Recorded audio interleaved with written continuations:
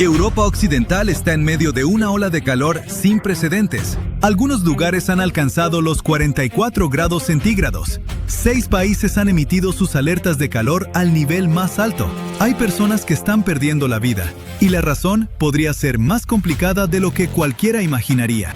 Francia puso a casi todo el país bajo alerta roja.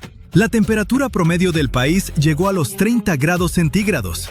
No parece tan extremo, pero es el promedio de todo el país, día y noche. En algunos lugares, las temperaturas subieron hasta los 43 grados centígrados. Hizo tanto calor que 2 de los sitios más famosos de París, el Museo del Louvre y la Torre Eiffel, tuvieron que cerrar antes de lo habitual.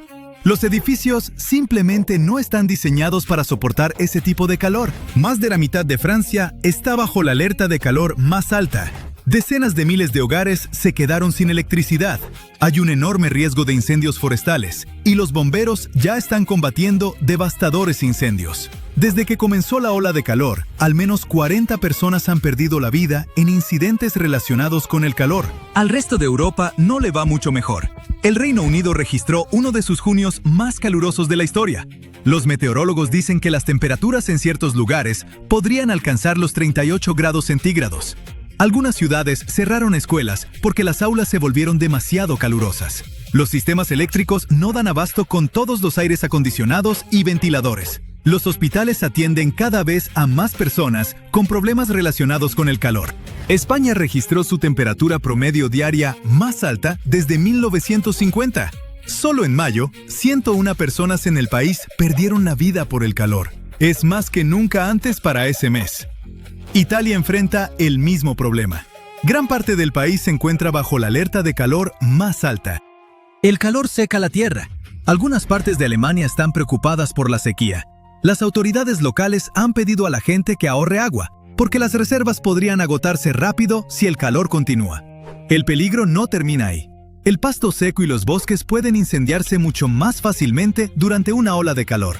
Algunas ciudades alemanas ya prohibieron las parrilladas para reducir el riesgo de provocar incendios forestales. Los Países Bajos también advirtieron a la población que se prepare. Los servicios meteorológicos emitieron una alerta naranja. Esto significa que es probable que llegue clima peligroso. Las temperaturas podrían subir a 39 grados centígrados. Bélgica enfrenta un pronóstico casi idéntico. Gran parte del país permanece bajo alerta naranja por calor, con temperaturas que podrían llegar a los 37 grados centígrados. Los científicos han advertido sobre esto durante décadas. A medida que se acumulan más gases de efecto invernadero en la atmósfera, atrapan más calor del sol, como si se le pusiera otra cobija a la Tierra. Ese calor extra tiene que ir a algún lado, y Europa se ha convertido en uno de los lugares que se calientan más rápido en el planeta. De hecho, en promedio Europa se está calentando el doble de rápido que el resto del mundo. Eso significa que olas de calor como esta serán cada vez más frecuentes, durarán más y alcanzarán temperaturas aún más altas. Tal vez te preguntes por qué esto le sigue pasando a Europa. Uno pensaría que todas las partes del planeta se calentarían a la misma velocidad. Sin embargo, Europa se está calentando más rápido que cualquier otro continente. El planeta entero es ahora casi 1,5 grados centígrado más cálido que antes de que la gente empezara a quemar enormes cantidades de carbón, petróleo y gas. Mientras tanto, Europa se ha calentado unos 2,4 grados centígrados. Parte de la respuesta es sorprendentemente simple. Europa tiene mucha más tierra que océano. Y la tierra se calienta mucho más rápido que el agua. Cuando caminas descalzo en la playa durante el verano, la arena te quema los pies, mientras que el mar justo a un lado todavía se siente fresco. El agua puede absorber una enorme cantidad de calor sin calentarse demasiado. La tierra no puede. Europa también se extiende muy adentro del Ártico, y el Ártico está cambiando increíblemente rápido. La nieve y el hielo normalmente actúan como espejos gigantes. Reflejan gran parte de la energía del Sol de vuelta al espacio. Pero a medida que suben las temperaturas, esa nieve y ese hielo se derriten. Debajo de ellos hay suelo oscuro y agua oceánica oscura. Esas superficies más oscuras absorben mucha más luz solar, lo que genera aún más calentamiento. Ese calor extra derrite todavía más hielo, y este ciclo vicioso se repite una y otra vez. Hay algo más en lo que casi nadie piensa. Europa ha limpiado mucho su aire al reducir la contaminación de fábricas y plantas de energía. Y eso es una gran noticia para los pulmones de la gente. Pero parte de esa contaminación era algo buena. Reflejaba un poco de luz solar de vuelta al espacio. Ahora el aire está más limpio y más luz solar llega al suelo. Este efecto no es tan fuerte comparado con los gases de efecto invernadero, pero añade aún más calentamiento. Además, justo ahora, una enorme zona de alta presión está sobre Europa Occidental. Los meteorólogos la llaman domo de calor. Imagina poner un enorme tazón de vidrio al revés sobre una ciudad en un día soleado. El aire caliente de abajo no puede escapar fácilmente. Al mismo tiempo, el sistema de alta presión empuja el aire hacia abajo. Cuando comprimes aire en un espacio más pequeño, se calienta, como cuando una bomba de bicicleta se calienta al usarla. La alta presión también despeja las nubes, así que la luz del sol cae sobre el suelo desde la mañana hasta el atardecer. Y luego hay una pieza más del rompecabezas. Recientemente, los vientos han estado arrastrando aire aún más caliente desde el desierto del Sahara hacia el norte. Luego, el domo de calor atrapó ese aire sobre Europa, así que el continente terminó con la peor combinación posible. Aire caliente de África, sol sin parar y una tapa gigante en la atmósfera que mantiene todo ese calor encerrado. Debemos esperar que los próximos 5 años rompan aún más récords de calor. Lo que antes se consideraba una ola de calor extrema está empezando a ser un verano normal. ¿Están listas las ciudades de Europa para esto? Es un gran problema. El calor cobra más vidas en Europa que las inundaciones, los incendios forestales o las tormentas. La Organización Mundial de la Salud afirma que cada año más de 175,000 personas en toda Europa fallecen por causas relacionadas con el calor. Sin embargo, las autoridades todavía no tratan las olas de calor extremas como otros desastres naturales. A menudo reaccionan solo después de que las temperaturas se vuelven peligrosas. A diferencia de los huracanes o las inundaciones, muchos países aún no tienen un plan claro a largo plazo para enfrentar el calor. Afortunadamente, eso está cambiando.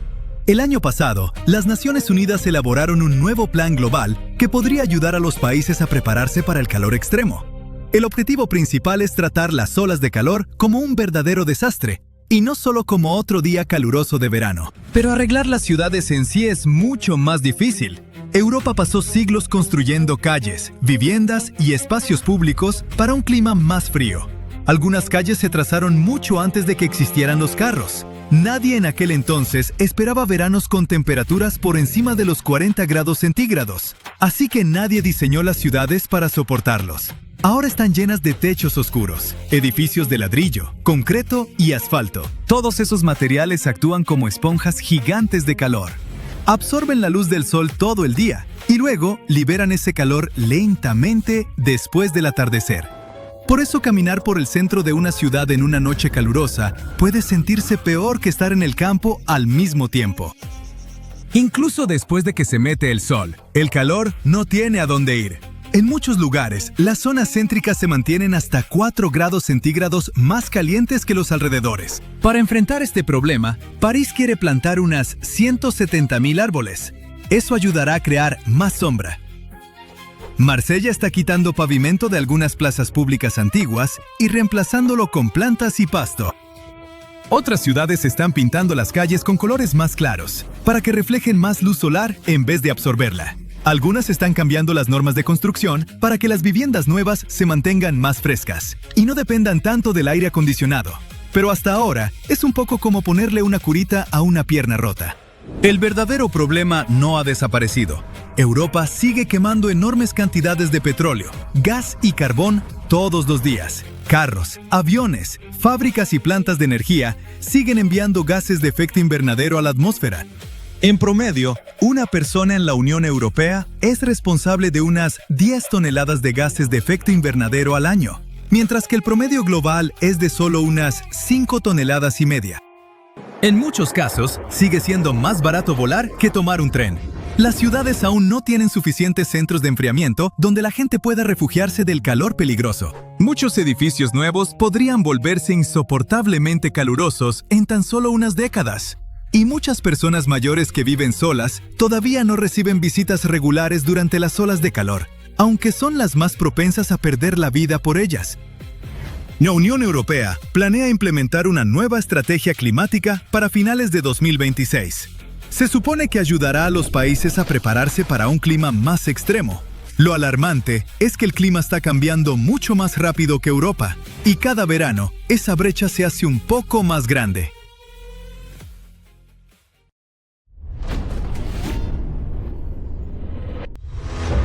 Una tormenta solar está chocando con la Tierra con un tsunami cósmico, pero la atmósfera se enciende provocando auroras enormes. La radiación de alta energía impacta en la superficie, quemando redes eléctricas, apagando luces en continentes enteros y dejando fuera de servicio a los satélites. Los aviones pierden navegación, las radios quedan en silencio, los sistemas GPS colapsan. Los niveles de radiación aumentan peligrosamente, la comunicación se interrumpe, los servicios de emergencia acuden en la oscuridad y el caos se extiende mientras las personas luchan por adaptarse. Las partículas solares comienzan a despojar el mismo aire que respiramos, desprendiendo lentamente nuestra atmósfera. Pronto la Tierra se convertirá en un lugar duro y hostil. Eso es lo que la actividad solar podría hacerle a nuestro planeta y a sus habitantes si no tuviéramos un escudo protector llamado magnetosfera. Pero incluso con esta barrera todavía enfrentamos graves problemas. Un misterioso ciclo solar de 100 años podría haberse reiniciado, lo que podría significar décadas de peligrosas condiciones climáticas y espaciales. Nuevas investigaciones sugieren que la intensidad inesperada del actual máximo solar podría estar parcialmente relacionada con un ciclo solar de 100 años menos conocido. Si el Sol realmente está entrando en su arco de villano, la actividad solar podría aumentar aún más en las próximas décadas. Tendremos más llamaradas solares, más probabilidades de que interfieran con satélites y muchas más de esas alucinantes auroras boreales que la gente sigue publicando en Instagram. Claro, no todos se lo creen. Algunos fanáticos del espacio quieren más pruebas antes de subirse a este tren del entusiasmo solar. Primero veámoslo todo en detalle. El Sol pasa por una especie de cambio de ánimo cada 11 años. Esto se llama ciclo solar. Comienza en el mínimo solar, que es bastante tranquilo, luego gradualmente se vuelve alborotado, con manchas solares, erupciones y otros dramas ardientes. Una vez que alcanzamos el máximo solar, la situación comienza a calmarse de nuevo. El Sol presenta manchas solares o parches oscuros en su superficie similares a las pecas que tenemos los humanos. Cuando su campo magnético empieza a volverse caótico, el campo magnético del Sol se invierte por completo durante el pico de actividad solar. Los científicos rastrean cuántas de estas manchas aparecen para medir cuán intensa se está volviendo la actividad del Sol. Pero espera, hay algo más. También hay otros ciclos como el ciclo de Halley, que ocurre aproximadamente cada 22 años. Este ciclo controla cómo se mueven los campos magnéticos a través del Sol. Además, en el pasado hubo momentos en que el Sol prácticamente entró en modo no molestar. Durante el mínimo de Maunder, entre 1645 y 1715, nuestra estrella estuvo en modo reposo durante 70 años. En otras palabras, el Sol podría estar entrando en una nueva fase extra y las cosas podrían volverse dramáticas. Lo bueno es que eso significa más auroras. Al mismo tiempo, también podría causar problemas para los satélites, el GPS y otras cosas en las que confiamos. Esperemos que no interfiera con YouTube. Esta etapa adicional se llama ciclo de Gleisberg. Básicamente es el momento en el que el Sol dice una vez cada 100 años hago algo raro. Los científicos piensan que afecta la intensidad de los ciclos de las manchas solares. Nadie ha descubierto completamente cómo funciona este ciclo todavía, pero podría ser causado por un leve balanceo de campos magnéticos dentro del Sol. Sí, dije balanceo, como un enorme batido cósmico. Un estudio reciente de marzo de 2025 afirma que el ciclo de Gleisberg podría haberse reiniciado. Eso explicaría por qué este máximo solar actual, la fase dramática del Sol que comenzó a principios de 2024, está siendo tan extraño e impredecible. ¿Cómo averiguaron esto los investigadores? Observaron algo llamado flujo de protones, que es la cantidad de partículas cargadas positivamente que están volando en el cinturón de radiación de la Tierra. Hay dos de estos cinturones con forma de rosquilla que envuelven la Tierra, llenos de partículas del Sol.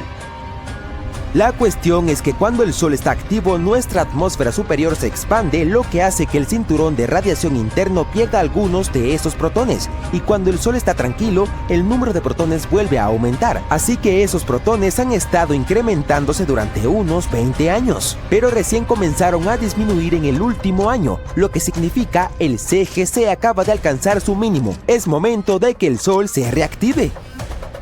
Los datos provinieron de satélites de la NOAA que volaron a través de la anomalía del Atlántico Sur que es como el Triángulo de las Bermudas del espacio. Es una extraña zona sobre Sudamérica donde el campo magnético de la Tierra es más débil y la radiación espacial se acerca más. Esta región es perfecta para observar la actividad de protones sin enviar un satélite a la zona de peligro real. Bueno, en este momento probablemente estamos cerca del final de la fase de caos actual del Sol, también conocida como el pico del ciclo solar 25. En mayo de 2024 nos sorprendió con una de las tormentas geomagnéticas más locas en unos 500 años. Por eso hubo auroras súper brillantes iluminando los cielos por todo el mundo, incluso en lugares donde solo hay nubes y buenas vibras. Pero lo más aterrador es que eso no debía ocurrir. Así que NASA y NOAA notaron esa calma y pensaron que el siguiente ciclo sería igual, sin mayores inconvenientes. Pues se equivocaron y hasta lo admitieron. Bien, los científicos creen que la fase tranquila del SC24 se debió a que el ciclo de Gleisberg estaba en su punto más bajo. Eso probablemente lo convirtió en el ciclo de manchas solares más silencioso en 100 años. Así que ahora que el SC25 está otra vez activo, podría significar que el Sol ha vuelto a hacer lo que normalmente hace: ser un poco caótico y salvaje. Estudios recientes sugieren que el mínimo del ciclo de Gleisberg finalmente ha terminado. Eso explicaría por qué la actividad solar está aumentando y por qué la última se sintió como un letargo cósmico. Algo aún más interesante es que un estudio de 2024 utilizó inteligencia artificial para analizar los patrones de las manchas solares y descubrió que el ciclo de Gleisberg podría estar afectando nuestras previsiones más de lo que pensamos. Y si este cambio de humor a largo plazo de nuestra estrella realmente está en ascenso, los futuros ciclos solares podrían ser tan intensos como el actual, o incluso más. Después de todo, acabamos de salir del modo baja energía del ciclo de Gleisberg y no alcanzaremos el próximo máximo en otros 40 a 50 años. Alrededor del ciclo solar 28, eso está a algunas décadas de distancia, pero el Sol ya está mostrando señales de agitación. Lo más aterrador es que la actividad solar futura podría ser el doble de intensa que la que estamos observando ahora. Quizás te estés preguntando en este momento por qué debería importarme. Bueno, porque cuando el Sol se descontrola, afecta nuestras cosas, especialmente en el espacio. Los satélites son desviados de su órbita porque la parte superior de la atmósfera de la Tierra se hincha como un malvavisco en el microondas cuando la actividad solar aumenta. Y esto ya les ha sucedido a algunas naves espaciales recientemente y con toneladas de mega constelaciones de satélites privados como Starlink y su grupo. El riesgo aumenta considerablemente. Hay algunas, aunque son pocas, que podrían no estar preparadas para un fenómeno de cólera solar en toda su magnitud. Hora de usar un factor de protección solar 100 para los satélites. Los astronautas también están en riesgo. Más fulguraciones solares significan más radiación y mayor peligro para los humanos en órbita. Al mismo tiempo, más turistas espaciales y misiones implican más personas potencialmente en la zona de impacto cósmico del Sol. Al mismo tiempo, no todos compran la teoría de que el ciclo de Gleisberg ha regresado y está listo para la fiesta. Algunos expertos dicen que es una teoría interesante, pero no deberíamos emocionarnos demasiado. La cuestión es que el flujo de protones, esas partículas espaciales que hemos estado observando, recién comenzó a disminuir el año pasado. No es mucho tiempo, podría ser una caída a corto plazo, como si el Sol estornudara y ahora todos estuvieran alarmados. Además, solo hemos podido seguir esto adecuadamente durante 30 o 40 años, lo cual no es nada en el tiempo del Sol. Así que no hay datos sólidos de antes y después para comparar los ciclos de Gleisberg y asegurar si esto es definitivamente un patrón. Además, el ciclo de Gleisberg en sí es un tanto misterioso. Parece que nadie puede ponerse completamente de acuerdo sobre qué es, cómo funciona o cuánto interfiere con los ciclos de manchas solares. Es como el pie grande de la ciencia solar, borroso, extraño y que causa polémica en los grupos de chat. Pero incluso los escépticos admiten que el nuevo estudio es interesante y bien intencionado, y que podría ayudarnos a predecir mejor futuros ciclos solares. Solo necesitamos más tiempo, más datos y una mejor definición del ciclo de Gleisberg antes de tratarlo como la mejor aplicación del clima para el Sol. La leyenda más aterradora de la mitología nórdica, el Ragnarok, pudo haber sido inspirada por sucesos reales. Sí, esa historia en la que Thor y otros dioses luchan hasta el final y el mundo entero termina para comenzar de nuevo más tarde. Hacia mediados del siglo VI de la era actual, tuvieron lugar 2 enormes erupciones volcánicas en Norteamérica. Estas erupciones enviaron grandes cantidades de ceniza y dióxido de azufre al aire, lo que hizo que el clima fuera mucho más frío en todo el hemisferio norte, incluida Dinamarca.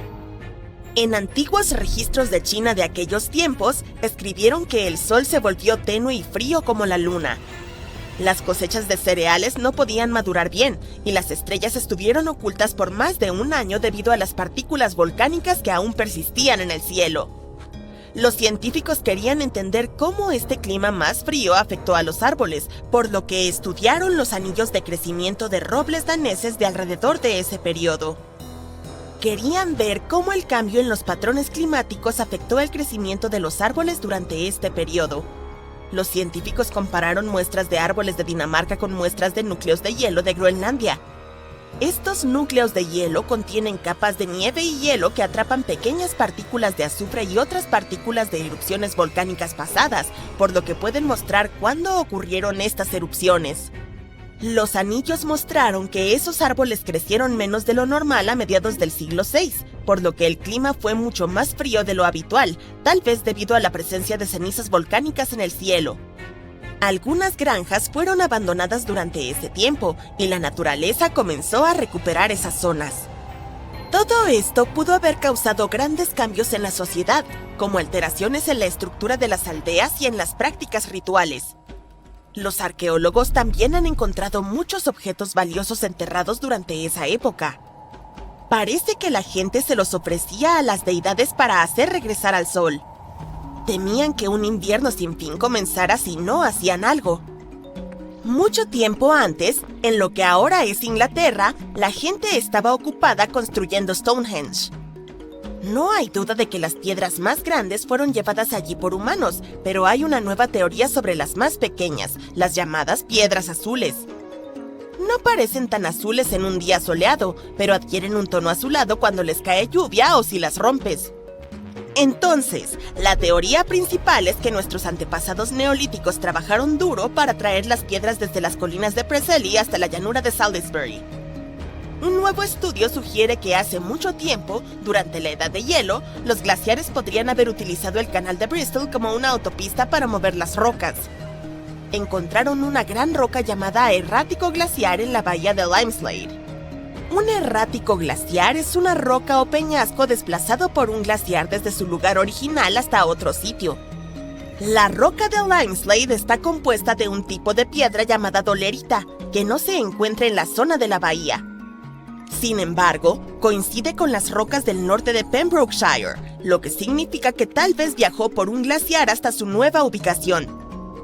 Un enorme glaciar del mar de Irlanda debió haber recogido esta gigantesca roca en Pembrokeshire para llevarla hacia el sureste, luego al este hasta llegar al canal de Bristol. También encontraron otros bloques erráticos glaciares a lo largo del canal de Bristol, lo que respalda esta idea. Entonces, si la nueva teoría es correcta, significa que las personas del Neolítico no transportaron las piedras azuladas a la llanura de Salisbury, sino que las encontraron allí y decidieron utilizarlas para construir Stonehenge. Si no te gustan las listas de compras, intenta pensar en ellas como un documento histórico que alguien encontrará, digamos, dentro de 3.500 años. En una región de Turquía conocida por la producción de cerámica, metal y vidrio, unos arqueólogos encontraron una lista de compras antigua en una tabla de arcilla. Es aproximadamente del tamaño de un sello postal grande y fue hecho por personas que vivieron en Mesopotamia.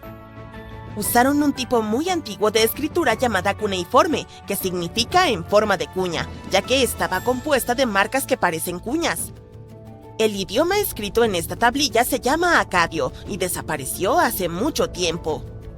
Sus hablantes utilizaban sonidos para formar palabras, tal como lo hacemos hoy en día. Para escribir estos sonidos, tomaron prestados símbolos de un idioma aún más antiguo llamado sumerio. La tablilla en sí es una especie de lista de compras dejada por personas que estaban adquiriendo una gran cantidad de muebles. Mencionaron mesas, sillas y taburetes.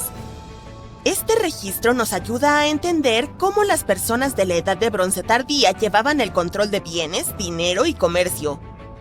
Parece que tenían un sistema organizado para comprar y vender cosas. La lista de compras de la Edad de Bronce es una jovencita en comparación con lo que se cree que es el calendario más antiguo del mundo. Muestra la caída y el impacto de un cometa hace unos 13.000 años. La talla es parte del complejo del templo Göbekli Tepe en Turquía. Tiene grandes estructuras de piedra redondas y pilares tallados con imágenes de animales y símbolos. Las personas del período neolítico, hace unos 11.000 años, construyeron el templo y podría haber sido utilizado como una especie de gran observatorio del cielo nocturno. Uno de los objetos más interesantes del complejo es una piedra con un buitre tallado y otros diseños. Un científico que la estudió pensó que los diseños podrían mostrar constelaciones. Las tallas podrían narrar la historia de un enorme cometa que alteró los patrones climáticos de la Tierra y provocó una pequeña era de hielo. Hay pequeñas marcas en forma de V en los pilares de Göbekli Tepe que podrían usarse para contar días, y otras piedras podrían mostrar grandes sucesos celestiales, como meteoros o cometas que pasaban. En Italia, cerca de la antigua ciudad de Nápoles, unos arqueólogos estaban revisando el suelo para cambiar las tuberías de agua de la ciudad cuando encontraron una tumba que tiene alrededor de 2.000 años de antigüedad. Ha sido bien preservada, con pinturas en las paredes que muestran escenas de mitos y techos que no se han desvanecido. Esta tumba de Cerbero fue nombrada así por la pintura más famosa que puedes encontrar en su interior. En la mitología griega, Cerbero era un enorme y aterrador perro de 3 cabezas. Era conocido como el perro guardián del inframundo. Un mito famoso que se puede ver en las paredes de la tumba es la historia de Hércules capturando a Cerbero como parte de sus 12 trabajos. A medida que los arqueólogos continuaban excavando, descubrieron imágenes de ictiocentauros, criaturas que eran como una mezcla entre una sirena y un centauro. La tumba también tiene un gran altar con recipientes para líquidos que se derramaban como ofrenda para honrar a las deidades. La persona que fue enterrada aquí yace en un lecho decorado, rodeada de pinturas, símbolos y objetos que las personas de la antigüedad creían que traerían paz o ayudarían en el más allá. La tumba fue encontrada en octubre de 2023 y aún no está abierta a los visitantes, ya que los arqueólogos todavía la están estudiando. Los científicos han estado intrigados durante mucho tiempo acerca de cómo se transportaron los pesados bloques de piedra hasta los sitios de las pirámides de Egipto, y quizás finalmente tengan una respuesta. Investigadores de la Universidad de Carolina del Norte en Wilmington creen que los antiguos egipcios ¡Vaya! Los científicos predicen una erupción volcánica que probablemente será una de las más destructivas en la historia de nuestra especie. Hay una probabilidad de 1 en 6 de que ocurra este siglo, y podría cambiar el clima aún más y poner en peligro la vida de millones de personas. En enero de 2022, el volcán Hunga Tonga Hunga Ha'apai entró en erupción en el Océano Pacífico Sur y generó una gran explosión. Envió tsunamis hasta Japón, Norteamérica y Sudamérica. El Tonga en sí sufrió un duro golpe, con daños que costaron casi el 20% de toda la economía del país. Ahora, investigadores del Instituto Niels Bohr de Copenhague han estudiado muestras de hielo de Groenlandia y la Antártida, y sus hallazgos son preocupantes, ya que predicen un posible desastre volcánico global. Dicen que hay una posibilidad real de una erupción mucho mayor, unas 10 a 100 veces más grandes que la del Tonga. En el pasado, erupciones de este tamaño solían cambiar el clima e incluso provocaron el colapso de civilizaciones. A pesar de los riesgos futuros de erupciones volcánicas, los expertos dicen que el mundo no está preparado en absoluto. Michael Cassidy, un vulcanólogo de la Universidad de Birmingham, advierte que no se realizan esfuerzos suficientes para manejar un desastre como este. Dice que la NASA y otras agencias espaciales gastan miles de millones en defensa contra asteroides. Pero una supererupción volcánica es mucho más probable que el impacto de un asteroide. Y en este momento, no hay un plan global para lidiar con una erupción gigantesca, a pesar de que probablemente sea mucho más destructiva. La última erupción de magnitud 7 ocurrió en 1815 en el monte Tambora, en Indonesia. Entonces, miles de personas perdieron la vida en solo unos días. El desastre también alteró el clima y causó escasez de alimentos a nivel mundial, lo que afectó a millones. Esa erupción fue la más grande en la historia registrada. Lanzó una enorme nube de partículas al cielo. Esas partículas bloquearon la luz solar, enfriaron el planeta y causaron caos a nivel mundial. El año posterior a la erupción se conoció como el año sin verano. Las temperaturas se desplomaron, las cosechas fracasaron, la hambruna se extendió y una pandemia de cólera estalló, lo que llevó a la pérdida de decenas de miles de vidas. Un hecho sorprendente. La erupción pudo haber incluso inspirado a Mary Shelley a escribir Frankenstein mientras estaba atrapada en su casa durante el muy frío verano de 1816 en Suiza. Desde entonces, muchos volcanes han entrado en erupción, pero ninguno ha igualado la magnitud del Tambora. Ahora, más de 200 años después, los científicos advierten sobre una nueva amenaza de supervolcán. Otra supererupción podría estar en camino y el mundo podría no estar preparado. Así que, mientras los científicos discuten seriamente la probabilidad de la próxima erupción volcánica, los expertos piden medidas urgentes para prepararse antes de que sea demasiado tarde. El asunto es que una erupción volcánica así en la actualidad podría ser incluso más devastadora que el año sin verano. A diferencia de aquella época, ya estamos lidiando con todo tipo de cambios climáticos y un sistema global más frágil, lo cual podría agravar aún más los efectos. El Dr. Michael Rampino, un científico geólogo, advierte que el mundo es más inestable ahora, y eso significa que una mega erupción en los tiempos modernos podría tener consecuencias aún más graves. Pero esta vez, los gases de efecto invernadero de los combustibles fósiles podrían hacer que las secuelas de tal erupción sean más frías en lugar de más cálidas. Así que la actividad volcánica podría poner en peligro a la humanidad. El Dr. Thomas Aubrey, un vulcanólogo, descubrió que en una atmósfera más cálida y más turbulenta, el gas de dióxido de azufre liberado por una erupción volcánica se dispersaría más rápido y más lejos que en el pasado. Este gas forma aerosoles de sulfato, que reflejan la luz solar y provocan un enfriamiento global. Debido a que estas pequeñas partículas se distribuirían de manera más homogénea, habría un efecto de enfriamiento más fuerte que en 1815. Otro científico atmosférico de Cambridge explica que el tamaño de estas partículas en el aire es importante. Afecta la manera en que absorben la luz solar. Y en un clima futuro más cálido, una erupción podría hacer que el enfriamiento de la superficie sea un 15% mayor. Al mismo tiempo, todavía hay muchas incógnitas.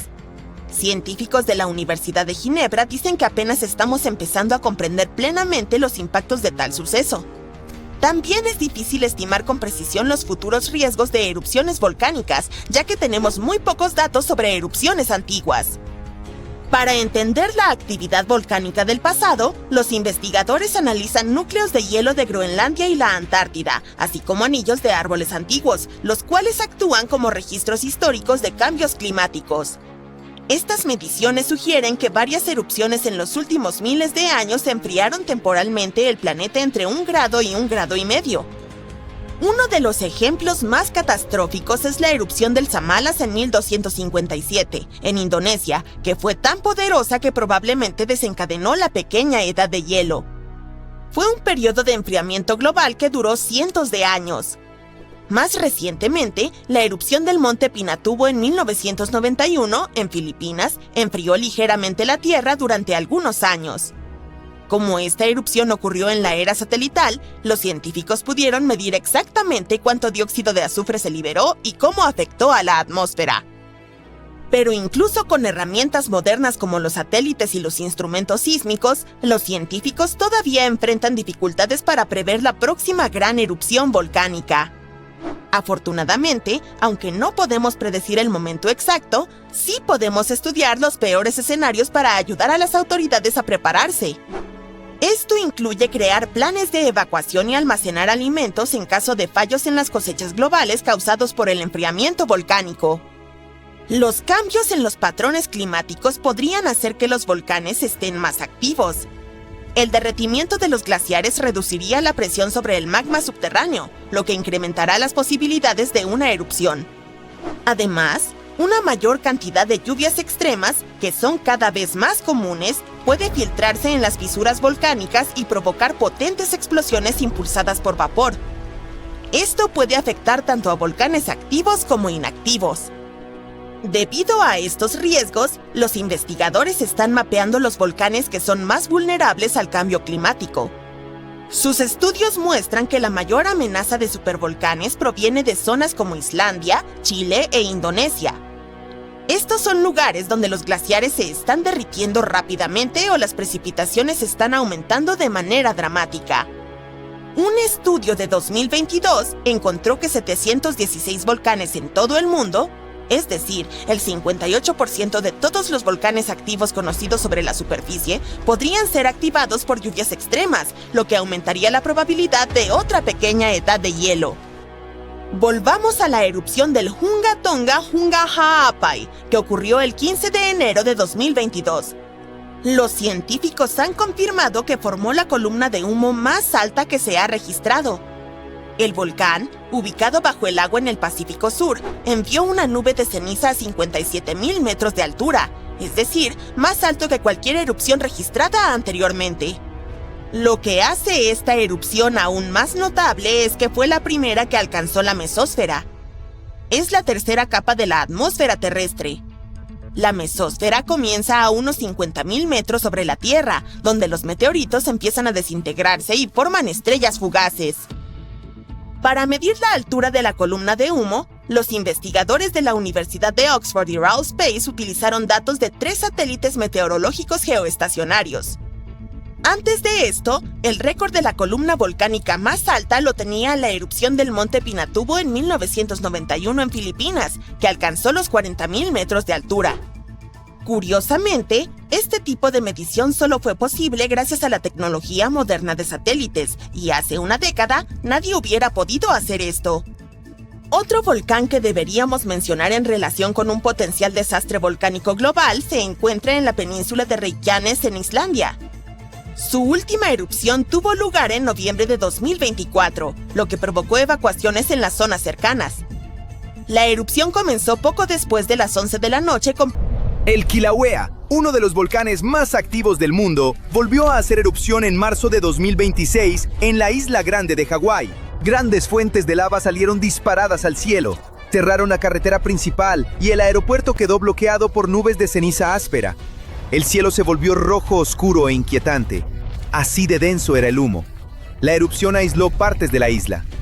Ya era la segunda vez en el año. La erupción ocurrió justo dentro del cráter Alemaumau, en la cima del volcán. Todo se volvió peligroso muy rápido y los visitantes tuvieron que evacuar la cumbre. La fuente de lava subió unos 1.300 pies, casi la altura del Empire State o incluso más que la Torre Eiffel. Pero veamos la erupción paso a paso. Empezó el 10 de marzo de 2026 y duró unas 9 horas. Terminó de golpe a las 6:21 de la tarde. La erupción arrancó por la mañana, a las 9:17, con lava saliendo por la boca norte. La boca sur empezó a erupcionar poco antes de las 10. Para primeras horas de la tarde, las fuentes de lava ya eran enormes. La boca sur alcanzó 1.150 pies y la norte 1.000. La lava avanzaba sobre casi un tercio del piso del cráter y brillaba en naranja y rojo intenso. Cuando la lava se enfrió en el aire, se convirtió en algo llamado tefra, una mezcla de roca volcánica, ceniza y diminutos fragmentos vítreos. La tefra puede rasparte la piel como lija, irritarte los ojos y hacerte más difícil respirar. Peor aún, puede volver las carreteras una pista de patinaje para los autos. Por todo esto, cerraron parte de la carretera 11 entre las millas 24 y 40. En enero, otra erupción también hizo caer tefra sobre el parque y los pueblos cercanos. Algunos visitantes recibieron tefra encima y unos cuantos terminaron con cortadas. El servicio de parques tuvo que cerrar la cumbre por primera vez desde que este ciclo eruptivo empezó el 23 de diciembre de 2024. El Servicio Meteorológico Nacional dijo que la columna llegó a 25.000 pies. Eso es casi 5 millas hacia arriba, más alto de lo que vuelan muchos aviones. El viento soplaba desde el sur, así que la ceniza y el gas se movieron al norte desde Halemaumau. Las autoridades advirtieron a la gente cercana que se quedara bajo techo o que saliera si los gases empezaban a molestar. Y esta no fue la primera vez que el Kilauea causó problemas este año. Otra erupción empezó el 15 de febrero y duró casi 10 horas. En esa ocasión, la lava cubrió la mitad del piso del cráter. Los científicos calculan que salieron 15 millones de yardas cúbicas de lava. Alcanza para llenar miles de albercas o cubrir cientos de canchas de fútbol. A las 2 de la tarde del 10 de marzo seguía cayendo tefra. Los guardabosques ayudaron a evacuar a los visitantes de la cumbre. Todos los senderos y miradores cercanos quedaron cerrados. Los científicos vigilan día y noche qué tan alto sale la lava, qué tan rápido corre, hacia dónde va la nube de ceniza y dónde cae el material. Aunque la lava casi siempre se queda dentro del cráter, la tefra y los gases volcánicos vuelven bastante riesgoso vivir cerca de un volcán. Desde el 24 de diciembre de 2024, el Kilauea ha estado lanzando lava a ratos, sobre todo desde dos bocas en el cráter de la cumbre, una al norte y otra al sur. Las erupciones llegan en ráfagas cortas, por lo general de menos de medio día. Después el volcán se toma un descanso. ¿Podríamos decir que se está relajando? No podemos. A veces esas pausas duran 2 semanas o más, como si la lava tomara aire antes del siguiente espectáculo. Pero hablemos un poco más de la tefra. El mayor problema es que no se queda cerca del volcán. En erupciones pasadas, cayó sobre barrios tan lejanos como Hilo y Puna, dañó sistemas de agua y dejó una limpieza enorme. En el aeropuerto internacional de Hilo cancelaron todos los vuelos nocturnos por la ceniza en el aire, y durante semanas, vecinos y personal del parque estuvieron barriendo tefra de techos, canaletas, calles, prácticamente de todas partes. Según el vocero del parque, la tefra llegó tan lejos por una mezcla de vientos débiles y fuentes de lava extremadamente altas. Cuando eso pasa, los residuos volcánicos caen casi directo sobre el parque y las poblaciones cercanas. En erupciones anteriores, los vientos alisios, que normalmente cruzan las islas del este hacia el oeste, actuaron como una banda transportadora. Llevaron ceniza y gases volcánicos sobre el desierto de Kaú y pueblos cercanos del suroeste. Otro peligro muy serio durante una erupción es la lluvia de vidrio, también llamada cabello de Pelé. Es un tipo de tefra que aparece sobre todo cuando las fuentes de lava salen disparadas muy rápido. Las burbujas de gas revientan y estiran la roca fundida hasta volverla hebras finísimas y frágiles. Luego el viento las arrastra lejos. Es ligero, pero quebradizo, y puede rasparte la piel o meterse en ojos o pulmones. El nombre viene de Pele, la diosa hawaiana del fuego y de los volcanes, porque nace directamente de la actividad volcánica. En erupciones grandes, como la de 2018, se reportó la caída de estas hebras por toda la zona del volcán. Ahora bien, el Kilauea no es la única amenaza en la región. El gigante dormido de al lado, el Mauna Loa, recibió una actualización de los científicos el 5 de marzo de 2026. El volcán todavía no está en erupción, pero se está inflando porque el magma llena sus enormes cámaras subterráneas. Podrías imaginarlo como si la Tierra respirara hondo. Pero no es solo eso. Tan solo en el último mes, detectaron más de 100 sismos bajo la cumbre.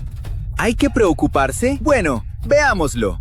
El Mauna Loa, el volcán activo más grande de la Tierra, cubre la mitad de la isla grande de Hawái. Sus erupciones pueden crear ríos enormes y veloces de lava, como una bulldozer en cámara lenta hecha de roca fundida cruzando la zona. Cuando el Mauna Loa entra en erupción, normalmente empieza en la cumbre. Desde ahí, la lava puede fluir hacia distintas zonas. La zona de Rift noreste, la zona de Rift suroeste, o incluso por bocas del lado noroeste del volcán.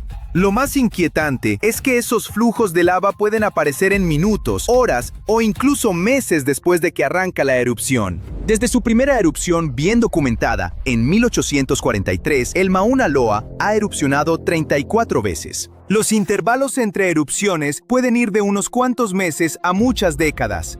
La más reciente fue en 2022.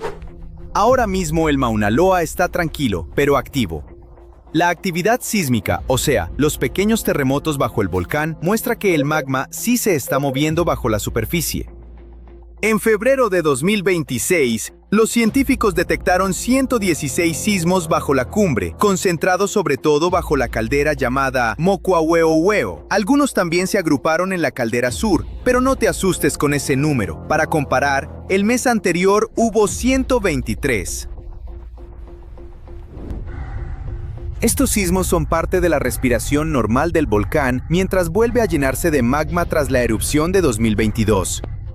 Los instrumentos GPS del volcán sí muestran que la cumbre se está inflando, es decir, el terreno sube lentamente mientras el magma llena el depósito subterráneo. Al mismo tiempo, las mediciones de gas y temperatura en la zona de Rift suroeste siguen en niveles normales, así que no hay cambios grandes frente a meses anteriores. Así que, aunque el Mauna Loa se esté recargando, todavía no hay señales inmediatas de otra erupción. De todos modos, siempre vale la pena vigilar al Mauna Loa. Es un gigante dormido que puede despertar en cualquier momento, y los científicos observan de cerca cada centímetro de terreno que se eleva. Porque si el Mauna Loa entra en erupción, puede causar muchísimos problemas distintos. Grandes ríos de lava pueden avanzar rápido y cubrir todo a su paso. El volcán también puede hacer que el suelo tiemble, porque al llenarse de magma, los costados de la montaña pueden moverse hacia arriba o hacia los lados y detonar sismos. Además, el Mauna Loa puede liberar gases volcánicos que se mezclan con el aire y forman smog, una especie de smog volcánico que irrita y hasta puede dificultar la respiración a quienes viven a sotavento. A veces, el volcán incluso puede producir pequeñas explosiones y lanzar ceniza al cielo, lo cual resulta peligroso para los aviones que vuelan cerca. El manto de nieve sobre tu cabeza se divide en dos delante de tus ojos y empieza a deslizarse por la pendiente helada hasta su lugar de reposo muy abajo. Cualquier cosa que esté en su camino es aplastada bajo la inmensa masa de nieve y escombros. Estás presenciando una avalancha, uno de los desastres naturales más peligrosos. Pero ¿qué tal si te hablo de otro tipo de avalancha, no menos escalofriante que la de montaña? Lo más extraño es que ocurre bajo el agua. Las avalanchas submarinas son fenómenos naturales poderosos y devastadores, a menudo mucho más peligrosos que las terrestres. Tienen el potencial de causar estragos en todo el planeta, con consecuencias catastróficas. ¿Y qué es lo más alarmante? Ocurren todo el tiempo bajo la superficie del océano. Son imposibles de ver, de predecir y extremadamente difíciles de medir. Tales avalanchas pueden volverse 100 veces más grandes que las terrestres y representan un gran riesgo para las comunicaciones mundiales, con el potencial de dejar a todo el planeta sin internet. Pero hablaremos de ello un poco más adelante. Primero, retrocedamos 60.000 años en el tiempo. Estamos cerca de la costa noroeste de África, listos para presenciar la escala colosal y el impacto devastador de una gigantesca avalancha submarina. Comenzó como un pequeño deslizamiento de tierra bajo el agua en el cañón de Agadir.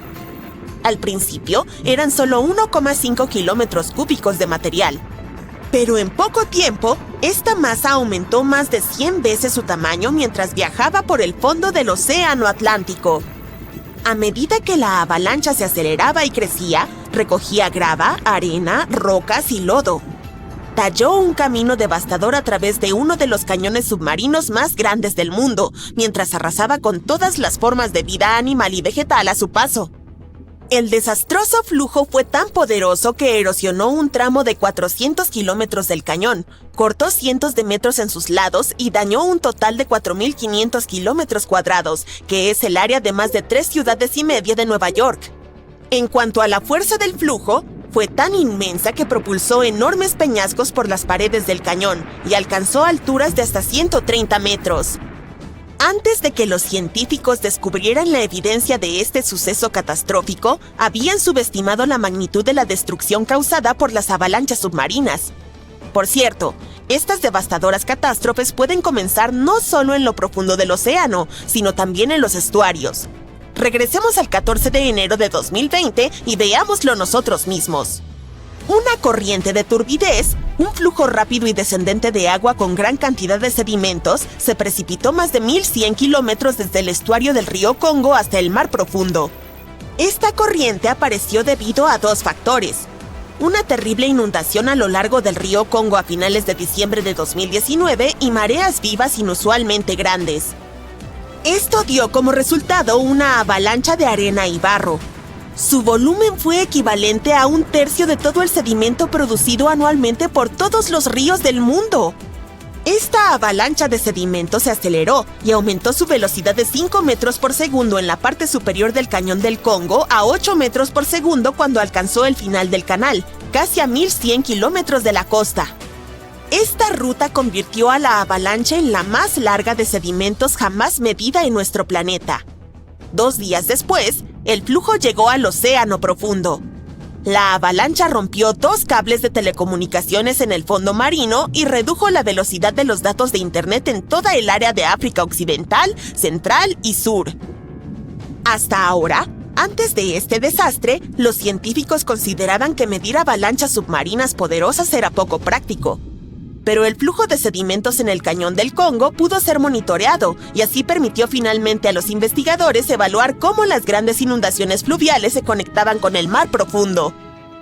También concluyeron que la frecuencia con la que ocurrían las avalanchas submarinas dependía de la ubicación del observador.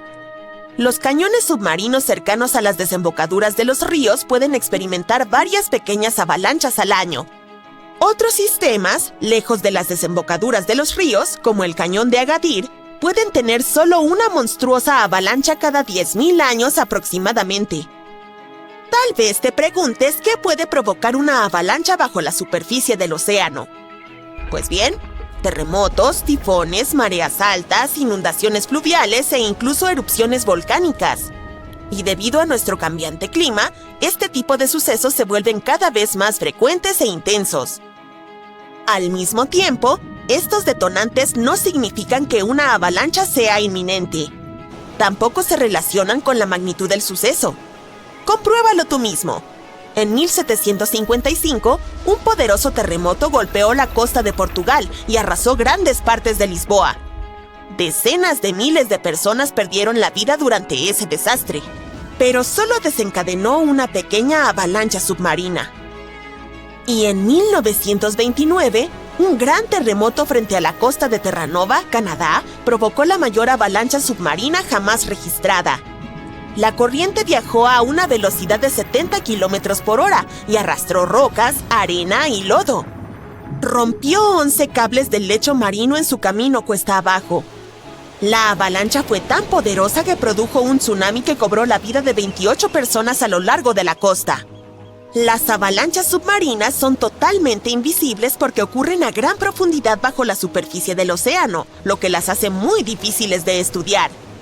Pero debemos encontrar una manera, porque estos flujos son muy importantes. Transportan sedimentos, nutrientes e incluso contaminantes a través del fondo oceánico. Así que un equipo de investigación de Liverpool decidió desentrañar este misterio. Durante los últimos 40 años, han recolectado más de 300 muestras del fondo oceánico. Combinadas con datos sísmicos y batimétricos, que es una manera sofisticada de referirse al mapeo oceánico, lograron reconstruir una avalancha submarina gigante. Fue la primera vez que una avalancha submarina de este tamaño fue cartografiada. Lo más impresionante es que comenzó de una manera bastante modesta, pero pronto se transformó en una colosal avalancha que creció hasta más de 200 metros de altura. Para ponerlo en perspectiva, imagina una avalancha del tamaño de un rascacielos desplazándose desde Liverpool hasta Londres, mientras excava una zanja de 30 metros de profundidad y 15 kilómetros de ancho. Luego, se extiende por un área más grande que el Reino Unido, cubriéndolo con varios metros de arena y lodo. ¡Es como enterrar un país entero! Estos hallazgos son realmente importantes porque demuestran que incluso un pequeño deslizamiento submarino puede convertirse en algo sumamente destructivo. Pero eso no es lo peor. Pensemos en los cables de Internet submarinos, que son esenciales para la comunicación global. Hay más de 550 cables activos en el fondo del mar a nivel mundial. Su longitud total es de 1.400.000 kilómetros. Eso es suficiente para dar la vuelta a nuestro planeta 35 veces. Cuando una avalancha submarina rompe cables del lecho marino, los efectos suelen ser muy costosos y devastadores. Por ejemplo, en 2006, un terremoto de Taiwán provocó avalanchas submarinas que cortaron numerosos cables del lecho marino que conectaban el sudeste asiático con el resto del mundo. El operador de Internet más grande de China sufrió una pérdida del 90% del tráfico hacia los Estados Unidos en el momento más crítico del suceso. En cuanto a Taiwán, experimentó entre un 74 y un 100% de pérdida en el tráfico hacia las islas vecinas. Entonces, ahora tal vez entiendas por qué debemos aprender más sobre este fenómeno natural. Afortunadamente, los investigadores de la Universidad de Tulane han encontrado una manera de analizarlo en 3D. Estudios anteriores solo observaban los deslizamientos submarinos en 2D, lo que no proporcionaba una imagen completa de cómo se comportaban realmente. La nueva investigación se centró en cómo los flujos submarinos interactuaban con las minicuencas, características naturales en el lecho marino que parecen tazones poco profundos. A pesar de ser llamadas mini, estas cuencas pueden ser enormes, de hasta 10 kilómetros cuadrados. Cuando las corrientes de turbidez fluyen hacia estas minicuencas, no solo se detienen. No, chocan contra el lado opuesto y giran hacia atrás, como remolinos de agua en un arroyo. Estos flujos giratorios mueven el sedimento antes de que se asiente en el fondo del océano. El tamaño de la minicuenca y la velocidad del flujo pueden cambiar el comportamiento de la corriente. Si la cuenca es grande y la corriente es lenta, La Tierra tiene un solo océano global, enorme y conectado, que cubre cerca del 71% de la superficie del planeta. Y como al final todo es agua, uno pensaría que tiene la misma altura en todo el mundo, ¿no? Pues no. En el Canal de Panamá, el Pacífico está más alto que el Atlántico. Y se pone todavía más raro. En el Océano Índico hay una zona gigantesca de baja gravedad donde el nivel del mar está varias decenas de pies por debajo del promedio global.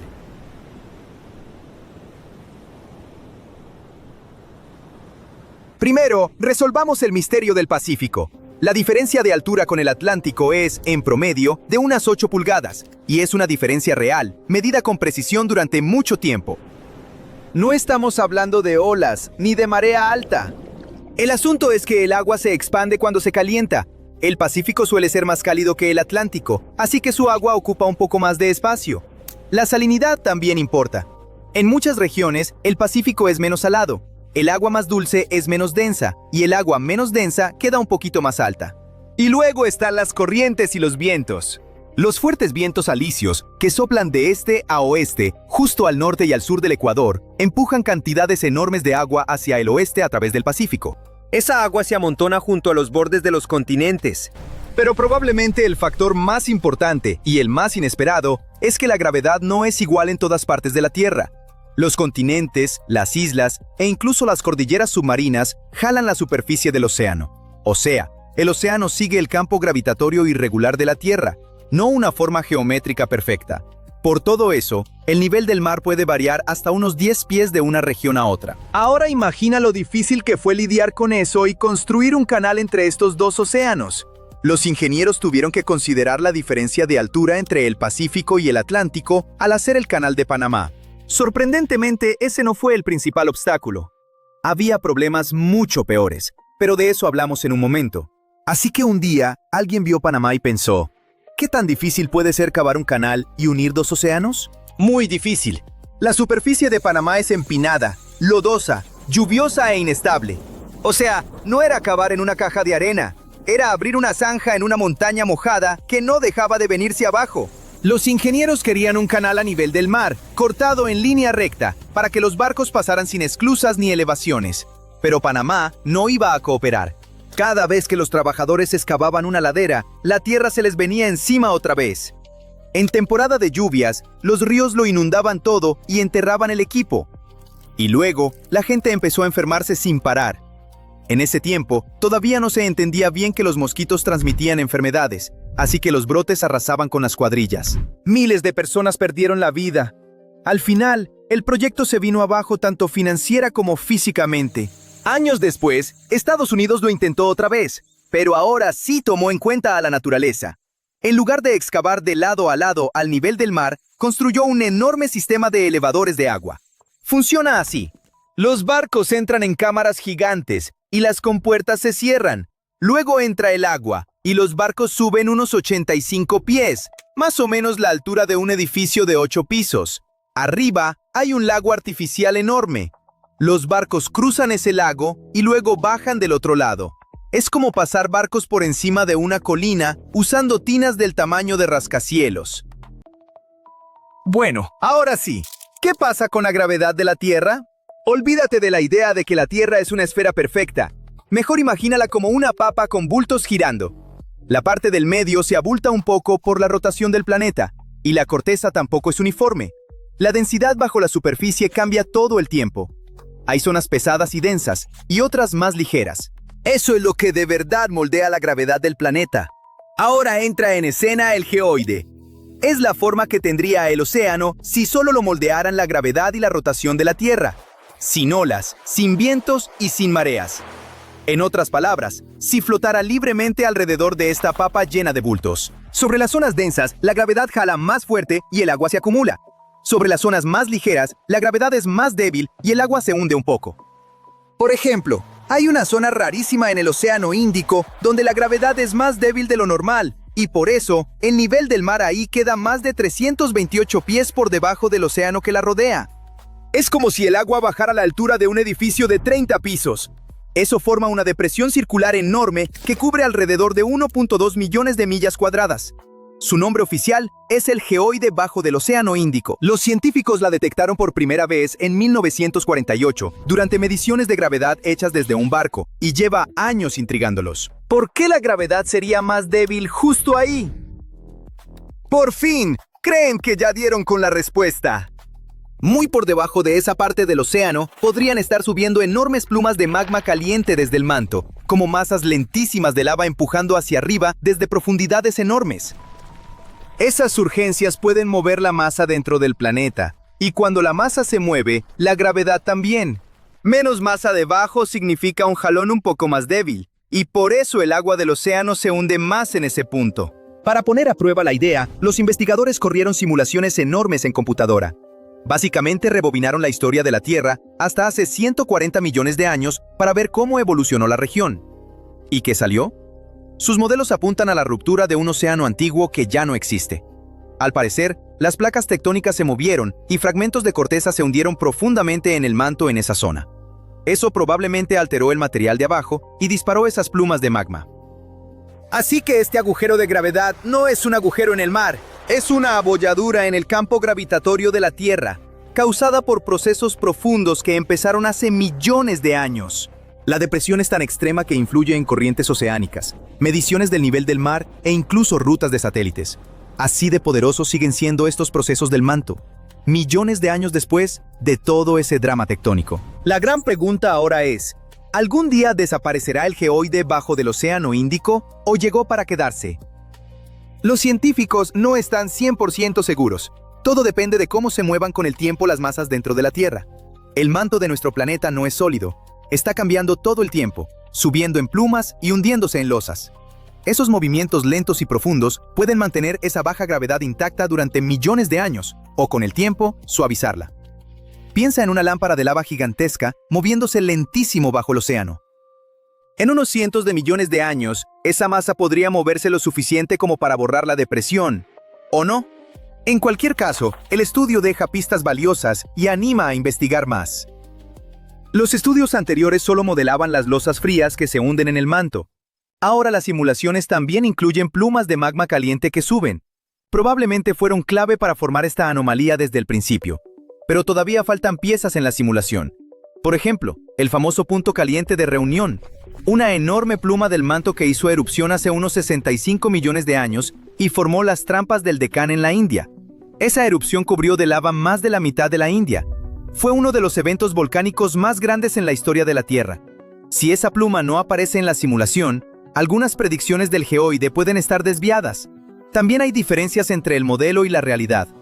La forma predicha de la superficie terrestre no coincide del todo con las mediciones reales, sobre todo en el Pacífico, África y Eurasia.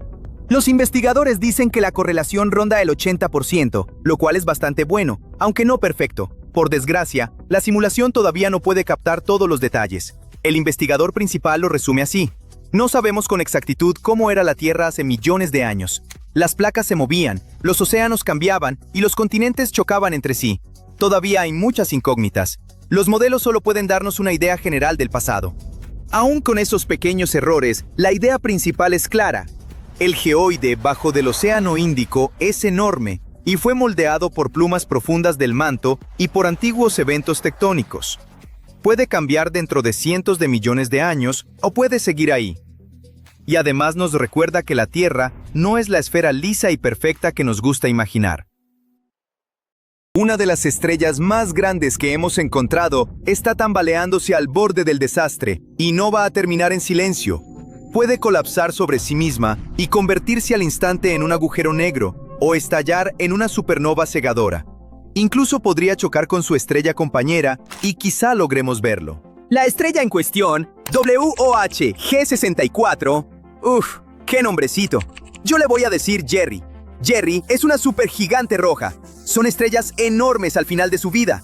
Como veteranas cósmicas, ya agotaron casi todo su combustible. Se inflaron hasta un tamaño descomunal y se están preparando para explotar como supernovas. Por fuera son más frías que muchas otras estrellas grandes. Por eso brillan en rojo y no en azul o blanco. Aún así, las más grandes y brillantes siguen siendo un misterio. Los astrónomos no están del todo seguros de qué les pasa a las más extremas justo antes de explotar. Cuando miran al cielo, no ven tantas supergigantes rojas ultrabrillantes explotando como esperarían. En cambio, encuentran señales de que algunas quizá cambian de color y vuelven a calentarse antes del final. Un ejemplo famoso es nuestra estrella WOH G64, en la Gran Nube de Magallanes. Esa región es básicamente una guardería estelar. Está llena de densas nubes de gas y polvo donde nacen estrellas. Es el lugar perfecto para formar algo extremo. Durante décadas, consideramos a Jerry una de las supergigantes rojas más impresionantes jamás descubiertas. Es enorme, increíblemente brillante como yo, y está perdiendo masa a lo loco. También está rodeada de tanto polvo que parece estar súper arropada, como si se escondiera dentro de una gruesa cobija cósmica. Pero hace poco empezó a pasar algo raro. La firma de luz de la estrella empezó a verse totalmente distinta, como si esta supergigante roja hubiera cambiado de identidad. Ahora los científicos creen que Jerry no es una sola estrella, sino un raro sistema binario simbiótico. En este sistema, la supergigante roja parece haberse transformado en algo más caliente e inestable. Una hipergigante amarilla. Las hipergigantes amarillas son como la etapa intermedia antes de la destrucción total. Son enormes. Algunas son tan grandes que dentro cabrían miles de millones de soles, pero duran poco. Esta fase es breve y caótica, como una estrella caminando nerviosa antes de su acto final. Las hipergigantes amarillas son extremadamente raras, porque representan una transición corta entre la fase de supergigante roja y la explosión final. Solo conocemos unas cuantas decenas de casos confirmados. Entonces, ¿por qué pasa esa transición? Una posibilidad es el drama estelar. ¿Qué podría haber pasado? Como ya sabemos, Jerry no está sola. Lo más probable es que tenga una compañera. Puede que ambas hayan interactuado con tanta intensidad que la supergigante roja expulsó una enorme parte de sus capas exteriores. Imaginen dos estrellas girando tan pegadas que una básicamente empieza a robarle material a la otra. Ese material perdido pudo formar una nube gigantesca, una envoltura compartida que se tragó por un momento a ambas estrellas. Pero hay otra posibilidad más. Incluso sin la interferencia de una compañera, una estrella tan masiva puede volverse inestable por sí sola. Puede haber pasado por una erupción enorme que duró más de 30 años y ahora estar asentándose en una fase amarilla más caliente. Sea lo que sea, esto es rarísimo, como ver evolucionar una estrella en tiempo real y no a lo largo de millones de años. En cualquier caso, después de verla cambiar de golpe ante sus ojos, los astrónomos creen que ya podría estar acercándose al final. Un nuevo estudio afirma que la estrella podría estar al borde de explotar en una supernova masiva, o, por ser tan absurdamente pesada, quizá hasta se salte ese paso y colapse directo en un agujero negro. Jerry fue descubierta hace unos 50 años y clasificada como una supergigante roja. Tiene unas 30 veces la masa de nuestro Sol. Pero la parte de verdad impresionante es su tamaño. Si pusieras esta estrella en medio de nuestro sistema solar, se extendería más allá de Júpiter. Estrellas como esta viven rápido, pero no mucho. Jerry tiene apenas unos 5 millones de años. Suena antiquísima hasta que recuerdas que nuestro Sol tiene 4.6 mil millones de años y sigue aquí. El problema es que las estrellas masivas queman su combustible rapidísimo. Por eso brillan tanto, crecen a tamaños ridículos y luego se apagan con un final espectacular. No sabemos cómo va a pasar, pero por su enorme masa, el final de Jerry no será silencioso. En términos cósmicos, podría ocurrir pronto, o sea, dentro de unos cientos o unos miles de años. Podría explotar en una supernova y lanzar sus capas exteriores al espacio, o colapsar hacia adentro con tanta violencia que forme un agujero negro en el acto. Incluso podría terminar chocando con su estrella compañera. Supongamos que nuestra supergigante roja se hace pedazos en una supernova. Entonces necesitamos entender mejor estos fuegos artificiales cósmicos. Las supernovas son explosiones gigantescas que ocurren cuando las estrellas masivas por fin colapsan. Son increíblemente importantes para entender el universo. Los astrónomos usan ciertos tipos de supernovas como reglas de medición para calcular a qué distancia están las galaxias. De hecho, fueron las supernovas las que les revelaron a los científicos en 1998 que el universo no solo se expandía, además se aceleraba. Pero hay un problema. Aunque las supernovas son poderosas y brillantes, ocurren rapidísimo. Captar el momento exacto en que explota una estrella es como intentar fotografiar un rayo justo en el segundo en que cae. Pero un equipo internacional de astrónomos dice que logró exactamente eso. Obtuvieron la vista más temprana y detallada de una supernova justo al empezar a reventar, usando el Very Large Telescope del Observatorio Europeo Austral. Básicamente vieron cómo la onda de choque de la estrella colapsante atravesaba su superficie. Por primera vez, pudieron ver de verdad qué forma tenía la explosión. Y esa forma sí importa. Cuando una estrella masiva se queda sin combustible, todo se viene abajo. Durante millones de años, la estrella equilibra dos fuerzas. La fusión de su núcleo empuja hacia afuera y la gravedad jala hacia adentro. Pero en cuanto se acaba el combustible, la gravedad gana. Las capas exteriores se desploman, chocan con el núcleo colapsado y rebotan hacia afuera en una onda de choque brutal. Esa onda de choque atraviesa la estrella y la hace pedazos. El resultado es una supernova. Esa es la idea general. Lo difícil ha sido precisar cómo se forma esa onda de choque, porque es casi imposible atrapar una supernova justo en el momento. Entre los billones de estrellas que hay allá afuera, los astrónomos tendrían que estar mirando la estrella correcta en el momento exacto, y además tendría que estarlo bastante cerca para estudiarla antes de que las nubes de gas en expansión tapen la vista. Esta vez tuvieron suerte. La explosión ocurrió a unos 22 millones de años luz, lo que también significa que sucedió hace 22 millones de años. ¡Piénsalo! Los astrónomos la detectaron rápido y lograron empezar a observarla apenas 26 horas después de su primera detección. En términos de supernova, eso es rapidísimo. Usaron una técnica llamada espectropolarimetría. Básicamente una forma de estudiar cómo se dispersa la luz y cómo se alinean sus vibraciones para averiguar la forma de la explosión.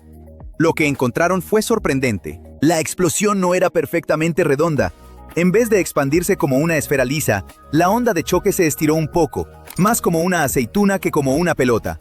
Cuando la explosión chocó con el gas alrededor de la estrella, se aplanó, pero siguió expandiéndose a lo largo de esa forma alargada. Eso significa que la primera luz y el material no salieron disparados por igual en todas direcciones. La explosión tenía estructura desde el principio, y esa estructura da pistas de lo que estaba pasando muy dentro de la estrella cuando colapsó. Y aquí va otro dato interesante.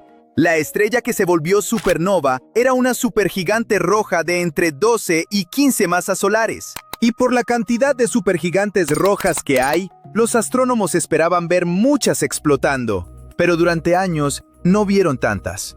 Era casi como si estas estrellas gigantes desaparecieran en silencio. Observaciones más recientes del telescopio James Webb sugieren que probablemente sí están explotando. Simplemente antes no podíamos verlas con claridad, quizá porque el polvo y el gas ocultaban las explosiones. Y ahora esta nueva observación sugiere que sus explosiones podrían seguir un patrón común, con una forma claramente alargada en vez de una esfera perfecta. En otras palabras, estas explosiones cósmicas quizá estén más organizadas de lo que pensábamos. Alrededor de nuestro planeta hay un escudo magnético invisible contra la radiación solar, pero ¿está distribuido de manera uniforme? Hay una zona más delgada y tiene nombre: la anomalía del Atlántico Sur. En Tierra estamos bien, pero en órbita los satélites fallan al cruzar tormentas de partículas cargadas. Y últimamente ese punto débil parece estar cambiando de forma. Se está expandiendo. Y algunos mapas incluso muestran que se está dividiendo en dos. Entonces, ¿por qué está pasando eso y qué significa? Bueno, para entender el punto débil, tenemos que ir hasta lo más profundo, al núcleo del asunto y del planeta. A unos 2.900 kilómetros de profundidad, el núcleo externo de la Tierra es un océano hirviente de hierro y níquel fundidos. Ahí la temperatura puede superar los 5.500 grados centígrados. Cuando ese metal líquido se mueve, genera corrientes eléctricas, y esas corrientes crean nuestro campo magnético. Sin ese campo, las partículas cargadas del Sol impactarían directo en nuestra atmósfera y empezarían a destruirla. Pero este campo magnético no es una burbuja lisa y perfecta, es disparejo e inclinado. Está cambiando constantemente. Debajo de África, algunas líneas magnéticas se curvan en sentido contrario, de regreso a la Tierra en vez de hacia el espacio. Los científicos les llaman parches de flujo inverso y debilitan el campo sobre ellos. Justo sobre ese punto débil está la AAS, la anomalía del Atlántico Sur que mencioné antes, y está cambiando tan rápido que podemos ver cómo se mueve en solo una década. Los científicos lo saben gracias a una misión de la ESA llamada SWARM. Sus 3 satélites constantemente, enjambran y mapean el campo magnético de la Tierra en detalle. Sus mapas muestran que la anomalía se ha expandido desde mediados de la década de 2010. Se está debilitando y empieza a verse como si se estuviera dividiendo en dos. Aquí abajo estamos protegidos por la atmósfera, pero nos afecta indirectamente.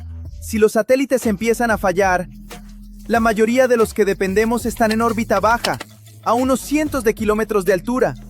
Sobre la AAS, los cinturones de radiación se acercan más a la Tierra de lo normal, así que cuando un satélite pasa por ahí, es como atravesar una zona del espacio mucho más cargada de lo habitual. Una sola ráfaga de partículas puede alterar pequeños bits dentro de un chip, puede corromper un sensor por un momento o provocar un reinicio.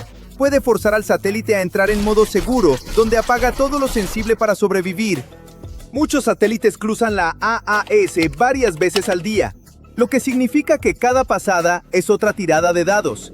Hasta el Hubble tiene que respetarla. El Hubble es uno de los telescopios espaciales más famosos, que ha tomado esas fotos increíblemente nítidas de galaxias, nebulosas y cosas raras del espacio profundo durante décadas. Pero cuando está a punto de cruzar la anomalía del Atlántico Sur, básicamente dice ¡alto! Detiene ciertas observaciones y apaga sus detectores más sensibles hasta que sale de la zona. El satélite es demasiado valioso y no vale la pena arriesgarse a perderlo. ¿Qué es exactamente lo que le pasó a un satélite japonés de alta tecnología en 2016? Japón lanzó Hitomi, un telescopio espacial de rayos X de nueva generación diseñado para estudiar los objetos más calientes y extremos del universo, como estrellas que explotan y agujeros negros gigantes. Se suponía que funcionaría por años. En cambio, un problema que surgió al pasar por la AAS desató una cascada de fallas en el control de orientación. La nave terminó girando, se desintegró y toda la misión se perdió apenas semanas después del lanzamiento. Eso no es una simple falla, es un plan científico de años, con un costo de miles de millones de dólares, perdido en solo un mes. Entonces, ¿por qué la AAS parece estar creciendo y por qué se dividiría en dos? En las profundidades bajo África, el núcleo de la Tierra es como una olla gigante de metal líquido. Los remolinos pueden cambiar de forma con el tiempo.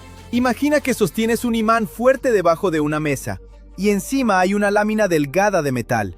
Si mueves el imán por debajo, el metal de arriba también se mueve.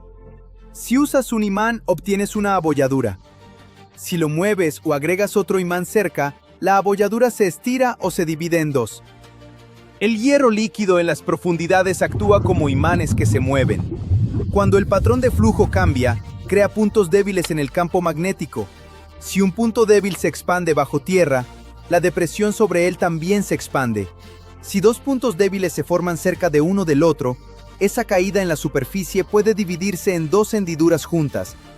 Y aquí es donde esto deja de ser ciencia interesante y se vuelve un problema. Porque si el campo magnético puede reorganizarse tanto en una década, todo lo que depende de la órbita tiene que lidiar con eso. Pero, ¿la anomalía del Atlántico Sur es solo un punto débil local que debemos esquivar? ¿O podría ser una señal temprana de algo mucho más grande, como una inversión de polos? Verás, los polos magnéticos de la Tierra no están fijos para siempre. El norte y el sur se han intercambiado muchas veces. El polo norte magnético puede moverse, debilitarse y eventualmente cambiar de lugar con el polo sur magnético. Espera, ¿y eso qué significa? Bueno, significa que los fans del fútbol que se juntan en la tribuna norte ahora tendrían que echar porras desde el otro lado. Pero ya en serio, el planeta no se voltea ni se convierte en un mundo al revés. El hierro líquido cambia su patrón de flujo y todo el esquema magnético se reacomoda. Como cualquier otro proceso natural, no sucede de golpe. El campo puede debilitarse primero, fragmentarse en parches irregulares, verse desordenado por un tiempo antes de estabilizarse de nuevo. Esa etapa problemática es la que más importaría para los satélites. Y sabemos que esto ya pasó antes. Cuando la lava caliente se enfría en la roca, pequeñas partículas de metal se alinean con el campo magnético de la Tierra y quedan apuntando en esa dirección. Mucho después, los científicos pueden leer esa dirección como una flecha de brújula atrapada en la piedra. Un caso famoso es el evento de las Champs, hace unos 41.000 años. Oye, yo no estaba ahí, pero por un tiempo, el campo magnético de la Tierra se debilitó mucho. Luego se invirtió parcialmente y después volvió a la normalidad. La idea más simple es que el hierro líquido en el interior de la Tierra empezó a fluir de forma diferente e impredecible por un tiempo, y el campo magnético se desordenó. Una inversión de polos es la versión más grande de ese desorden. La anomalía del Atlántico Sur es una versión más pequeña y local. Ambas ocurren porque el flujo de hierro líquido en las profundidades puede cambiar. La AAS no significa que una inversión sea segura, solo muestra que el campo magnético puede volverse irregular cuando lo de abajo se mueve. Bueno, la anomalía está cambiando, pero hay otro problema espacial que puede golpear mucho más allá de ese punto en el Atlántico: las tormentas geomagnéticas. El Sol a veces lanza una enorme nube de gas supercaliente con su propio campo magnético. Se llama eyección de masa coronal, o CME.